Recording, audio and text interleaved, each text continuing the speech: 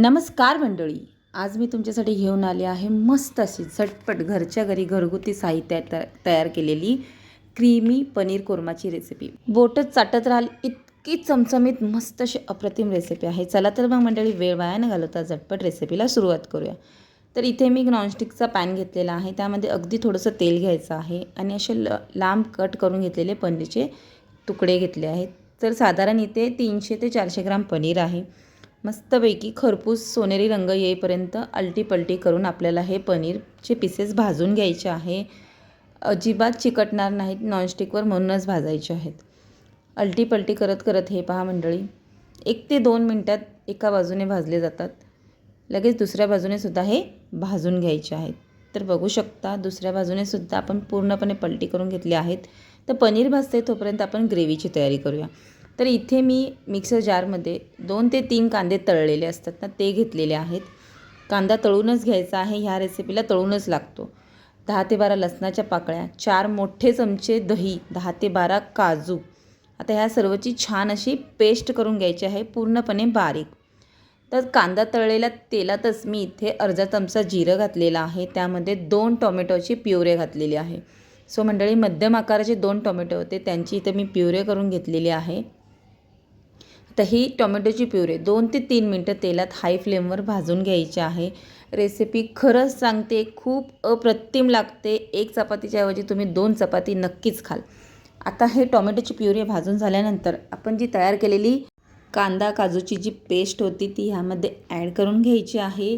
आता ही सुद्धा अगदी तेल सुटेपर्यंत आपल्याला परतून घ्यायची आहे। ह्यामध्ये काजूमुळे खूप छान असं क्रीमी टेक्स्चर येतं।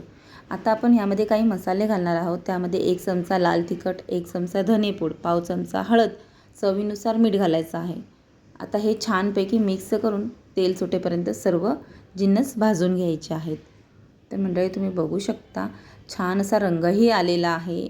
सतत हलवत राहायचं आहे, नाहीतर काजूच्या पेस्टमुळे ही ग्रेव्ही कढईला चिकटू शकते। तर आता आपण छानपैकी मिक्स करून घेतलेला आहे। आता आपल्याला ग्रेव्हीमध्ये थोडीशी सैलसर पाहिजे। हॉटेलमध्ये तर ती खूप घट्टसर असते, पण मला जास्त घट्टसर आवडत नाही, म्हणून मी इथे गरम पाणी, जे ग्रेव्हीचं भांडं होतं, म्हणजे पेस्टचं भांडं होतं, त्यामध्ये गरम पाणी घातलं, मिक्स करून ह्यामध्ये घालून घेतलेलं आहे। तुम्ही तुमच्या आवडीनुसार दाटसर सैलसर तुम्ही तुमच्या आवडीनुसार करू शकता।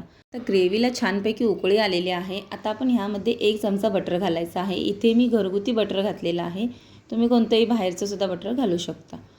आता आपण ह्यामध्ये तळलेले जे पनीरचे पीसेस होते ते ह्यामध्ये घालून घ्यायचे आहे। हळूवारपणे अलगदरित्या टाका, नाहीतर ग्रेव्ही अंगावर उडेल। छानपैकी मिक्स करून घ्यायचं आहे पुन्हा एकदा। हे पहा, खूप छान अशी अप्रतिम दिसत आहे ग्रेव्ही। पनीर मिक्स करून झाल्यानंतर आपण ह्यावर झाकण ठेवून 5 मिनटं अशीच आपल्याला ही ग्रेव्ही, म्हणजेच ही भाजी शिजू द्यायची आहे। झाकण ठेवून मंद आचेवर शिजवायची आहे। आता इथून पुढे पुढची प्रोसेस पूर्णपणे मंद आचेवर करायची आहे। आता पुन्हा झाकण काढून घ्यायचं आहे। वरून अर्धा चमचा गरम मसाला किंवा पनीर मसाला जो कोणता असेल तुमच्याकडे तो घाला, नसेल तर काही हरकत नाही।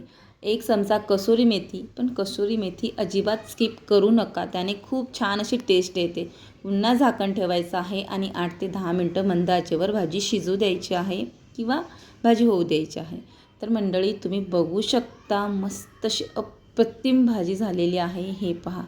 तर मंडळी, तयार आहे घरच्या घरी चमचमीत पनीर कोरमाची रेसिपी आवडल्यास व्हिडिओला लाईक, शेअर आणि सबस्क्राईब नक्की करा। पुन्हा भेटू अशाच एका नवीन रेसिपीसोबत। वेळात वेळ काढून पूर्ण व्हिडिओ पाहिल्याबद्दल मनापासून खूप खूप खूप थँक्यू।